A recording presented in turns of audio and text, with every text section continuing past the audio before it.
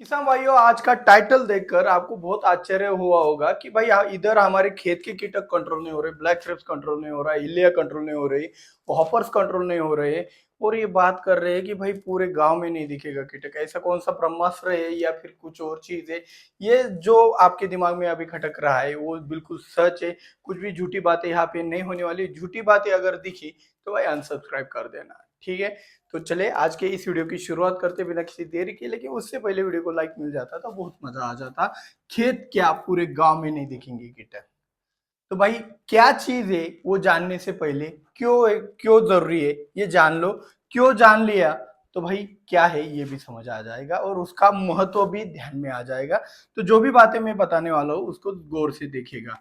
तो सबसे पहले समझ लो कि ये आपका खेत है, ठीक है? तो आपके खेत में जो भी कीटक अटैक करता है तो आप क्या करते हो? अलग अलग प्रकार की दवाइयां डालते हो, डेलीगेट डालते हो, एक्सपोनोस डालते हो। कुछ नई दवाइयां आ रही है। अभी भाई इतनी दवाइयां खत्म हो चुकी है कि क्या करें। प्रोपेक्स पुरानी वाली भी डाल दिया और नया भी डाल दिया, फिर भी कुछ नहीं हो रहा है। मिनेक्टो एक्स्ट्रा डाल दिया, आपका प्रोपेक्स सुपर भी डाल दिया, पदान एसिपेट रोगर सब कुछ हो गया, देसी दारू और प्रोक्लेम भी हो गया, फिर भी कंट्रोल नहीं हो रहा है। तो ऐसी सिचुएशन क्यों तैयार हो रही है? क्या दवाइयों के पावर कम हो गए? तो मुझे ये बात थोड़ी हद तक मैंने ये भी सोचा था कि भाई डुप्लीकेट दवाइयाँ तो नहीं आ रही। तो नहीं, दवाइयाँ तो आ रही है लेकिन उसका पावर थोड़ा कम कर दिया गया है, ऐसा हो सकता है।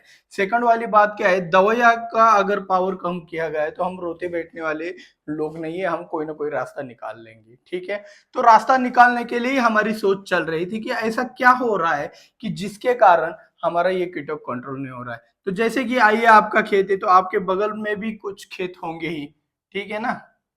तो ये कुछ खेत होंगे, जैसे कि यहाँ पे सोयाबीन है, यहाँ पे मक्का है, ठीक है ना? यहाँ पे आपका मिर्च है, यहाँ पे टोमेटो है, या फिर मिर्ची है, ठीक है ना? तो ऐसा स्ट्रक्चर रहता है आपके अगल बगल के खेतों में, ठीक है? तो अगर सोयाबीन के अंदर इल्ली आ गई, सोयाबीन के अंदर इल्ली आ गई, तो वो सोयाबीन वाला किसान क्या करता है, इतना ध्यान नहीं देता है कि चलो भाई देख लेंगे, कोई बारिश गिर जाएगा तो इल्लियां मर जाएंगी। तो बारिश नहीं गिरता है तो ये इल्लियों का जो भी एक क्वांटिटी वो बढ़ने लगता है और वो कहाँ पे चला जाता है, आपके खेत में अटैक होना स्टार्ट होता है। आप देखना किसी एक डायरेक्शन से ही वो अटैक होता है, कोई कीटक हो या फिर कोई पाउडर मिल्ड्यू जैसा फंगस भी ना हो ना, वो एक ही डायरेक्शन से अटैक करता है। तो उस अटैक को अगर आप समझ गए तो आप क्या करते हो कि भाई अभी मिर्च में मेरे इलियो का अटैक हुआ है, ब्लैक थ्रिप्स का अटैक हुआ है, तो मैं क्या करूंगा, दवाई डालना शुरू करूंगा। तो आपने आपके बारे में भी यही अनुभव हुआ होगा कि डेलीगेट डाल दिया, एक्सपोनस डाल दिया, बड़ी बड़ी वाली स्पिंटोर डाल दिया, ट्रेसर डाल दिया, फिर भी जो दवाइयां पहले के जमाने में बहुत अच्छी से कार्य करती थी आज क्यों काम नहीं कर रही? आपका दिमाग बंद पड़ चुका होगा। तो ये बात आप ही के लिए। तो बात क्या होती है, उदाहरण के लिए समझ लो कि आपने सोमवार को आपका कीटक का अटैक देखकर सोमवार को कोई कीटनाशक डाला, तो सोमवार मंगलवार बुधवार आपके खेत में कोई कीटक नहीं रहता है। वो कीटक कहाँ पे चला जाता है? बगल वाले खेत में। अभी आप कहोगे यार कीटक क्या है, इतना आसान है क्या एक खेत से दूसरे खेत में? जी हाँ, फॉल आर्मी वर्म किलोमीटर भर ऐसे फैलते रहते प्रजनन के सहारे, ठीक है? आपका हॉपर्स, प्लांट हॉपर्स 4-4 किलोमीटर तक उड़ने की क्षमता रखता है, ठीक है? थ्रिप्स, थ्रिप जो होता है ना, 2 फीट की छलांग लगा सकता है, तो 2-2 फीट करके कितनी दूर तक जा सकता है, अंदाजा लगाइए। तो जब आप दवाइयों का इस्तेमाल करते हो सोमवार को, तो सोमवार मंगलवार बुधवार आपके खेत के अंदर इंसेक्टिसाइड का जो भी गंध रहता है उसके कारण कीटक कहाँ चले जाते हैं, जहां पे दवाइया का छिड़काव नहीं है। तो वहां पे खेत अच्छा था। तो ये भाई साहब क्या करते हैं, आपके सोमवार मंगलवार बुधवार तक आपका बहुत ही अच्छा रिजल्ट रहता है। तो गुरुवार को ये प्रेशर देखते हैं कि भाई मेरे खेत में तो कीटक आ गए, तो ये गुरुवार को दवाई डालते हैं। तो गुरुवार शुक्रवार शनिवार और रविवार यहाँ पे इस खेत में कीटक नहीं देखते हैं, वो फिर से इसका दवाई का पावर कम हो जाता है तो यहाँ पे आ जाते हैं। तो ये खेल चल रहा है। तो अगर कीटकों को एकदम से खत्म करना है तो हमें कुछ ना कुछ इस तरीके से एक्शन लेना चाहिए कि जैसे यहाँ पे आने की कोशिश हो रही है, जाने की कोशिश हो रही है, तो ये जो रास्ता चल रहा है इसको अगर रोकना है, इस साइकिल को अगर रोकना है आपको, तो सिंपल वाला एक स्ट्रैटेजी है। आप कोई भी कीटनाशक डालें, यहाँ पे सोयाबीन वाला हो, भाई उसको ज्यादा लागत नहीं है तो वो प्रोपेक्स सुपर डालेगा, ठीक है? ये डालेगा डेलीगेट, ये डालेगा एक्सपोनस, ये डालेगा कुछ और, ठीक है ना। पेगासस वगैरह डाल दिया ऐसा समझ लो, ठीक है ना। ये कराटे वगैरह डाल देगा, मक्का है। तो उदाहरण के तौर पर इन सभी ने अगर एक साथ अगर दवाई का छिड़काव किया, अभी आपको कुछ निगेटिव वाले लोग कहेंगे सर जी ये पॉसिबल नहीं। भाई पॉसिबल करना पड़ता है, इम्पॉसिबल को पॉसिबल करोगे तभी सक्सेस पाओगे, वरना 150 साल फुकट का राज्य नहीं हुआ अंग्रेजों का। ये बात समझ लेना, कुछ तो बदलाव करना पड़ेगा। अभी भी नहीं किया है तो 150 साल चलेंगे आपके गुलामी के। गुलामी से निकलना है तो भाई सोच तो बड़ा रखना पड़ेगा, और इम्पॉसिबल को पॉसिबल करने की पॉजिटिविटी आपके दिमाग में होनी चाहिए। तो अगर आप ऐसा कुछ सुझाव अपने ग्राम पंचायत में या फिर कुछ किसानों का समूह मिलकर, भाई ये 5 किसान है, 1 2 3 4 5, इन 5 6 किसानों ने 8 10 किसानों ने भी तय किया कि भाई हम एक वार को एक डे को क्या करेंगे, कीटनाशक का इस्तेमाल करेंगे, सब एक साथ चालू हो जाएंगे शाम को। तो इससे क्या होगा, पूरे के पूरे एरिया में, भाई वो चाहे ऑर्गेनिक वाला हो, आप ऑर्गेनिक वाला भी इस्तेमाल कर सकते हैं, बिफेरिया बैसियाना हो गया, उसका एक साथ इस्तेमाल कर सकते हो, वो भी चलता रहता है, कोई टेंशन नहीं। आप ऑर्गेनिक कर रहे हो या फिर केमिकल कर रहे हो, दोनों में से कोई एक चीज एक साथ होनी चाहिए। इससे क्या होगा, पूरे जो आपका एरिया है उस पूरे एरिया में जो कीटकों का जो अटैक है वो खत्म हो जाएगा। किसी के खेत में जाएगा नहीं, आएगा नहीं, आपका जो एरिया है वो सुरक्षित हो जाएगा। जहां पे आपकी 10 10 दवाइयां काम नहीं कर रही है, वहां पे सिर्फ एक ही दिन की एक दवाई काम कर जाएगी। आपको बीच में कीटनाशक डालने की भी जरूरत नहीं पड़ेगी, इतना बढ़िया ये पावरफुल फॉर्मूला है। अभी आप कहोगे सर जी प्रूफ बताइए, ये तो सिर्फ थ्योरी है, प्रूफ बताइए। तो इसका प्रूफ इतना ही है भाई, अभी भी जो बड़े फार्मर है, जो बड़े स्केल में खेती करते हैं, 40 एकड़ 50 एकड़, उनको पता है कि भाई ये जो बोल रहा है बंदा ये सच बोल रहा है।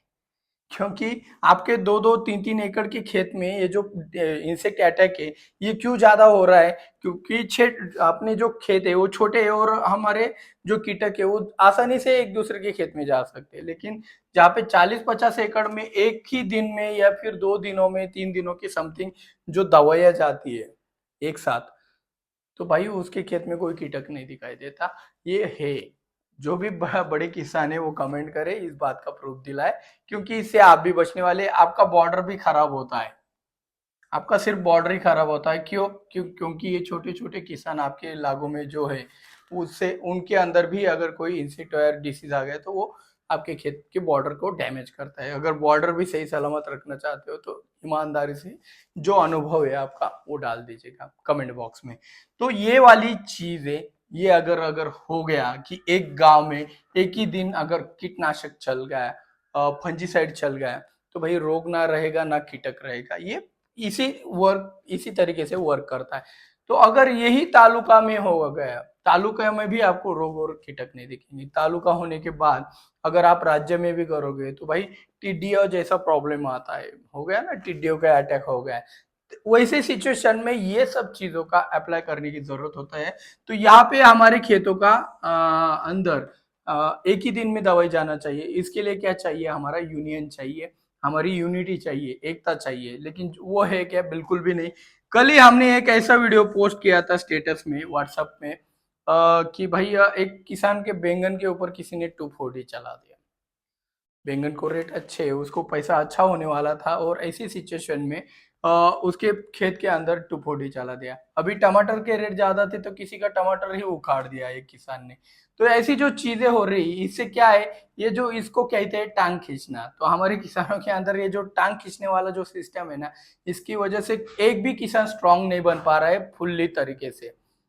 तो भाई अगर एक भी किसान स्ट्रांग नहीं होगा तो हमारी बातें कौन सुनेगा, कोई नहीं सुनेगा। उनको पता है ये बंदर की तरह एक दूसरे के साथ झगड़ते रहेंगे और खत्म हो जाएंगे, हमें तो कुछ करना ही नहीं है।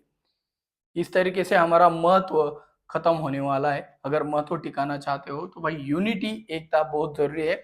अगर आप कीटनाशक डालते वक्त या फिर अन्य चीजों के वक्त अगर यूनिटी नहीं दिखाओगे, खत्म हो जाएगी। और हाँ, गांव गांव में यही सब कला चल रही है, चाहे वो हमारा महाराष्ट्र हो, चाहे वो एमपी हो, चाहे कौन सा भी गाँव हो, पूरे भारत में यही सब चल रहा है। अगर ये नहीं रुकेगा तो सब खत्म हो जाएगा।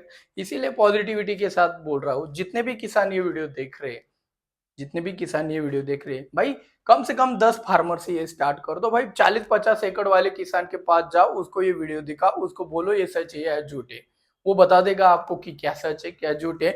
अगर मैं झूठ बोल रहा हूँ भाई, चैनल बंद कर दूंगा, इतना मेरा कॉन्फिडेंस है। कोई बात नहीं, मैं कोई अन्य बिजनेस कर सकता हूँ, मुझे कोई टेंशन नहीं। लेकिन भाई ये बात इतनी जरूरी और महत्वपूर्ण है। देखिए आपके दिमाग में क्या प्रकाश पड़ता है या फिर नहीं, मुझे पता नहीं, लेकिन अगर ये चीज अगर होती है तो आपका बहुत सारा इंसेक्टिसाइड का जो भी खर्चा है वो बच जाएगा, इतना तो मुझे पता है। तो इसी के साथ इसी वीडियो को यहाँ पे ही खत्म करते हैं। और हाँ, ये जो वीडियो है, लाइक नहीं किया चलेगा, लेकिन शेयर ऐसे बहुत सारे किसानों तक आपको पहुंचाना है आपके। भाई यहाँ पे एक और चीज बता देता हूँ कि भाई आपका बगल वाला किसान का आप इग्नोर करते हो, भाई अच्छा भाई इसका फसल खराब हो गया, भाई इसका वायरस आ गया तो इसका वायरस का इन्फेक्शन तुम्हारे खेत में भी आने वाला है, उसका क्या, तुम कहाँ से बचोगे, तुम तो भगवान नहीं हो। तो भाई उसको भी कुछ अच्छी सलाह दोगे तो उसके खेत में कुछ डिसीज नहीं, भाई कम से कम अपने चारों बाजू में, खेत के चारों बॉर्डर पे जितने भी किसान है उनको अच्छी सलाह तो कम से कम जरूर दिया करे, क्योंकि उसका खेत अगर अच्छा रहा तो आपका खेत अच्छा रहेगा, इतना तो सोच स्वार्थ के लिए जरूर रखना। ठीक है, तो ये वीडियो यहीं पे खत्म करते हैं, मिलते हैं अगले वीडियो में। जय जवान जय किसान।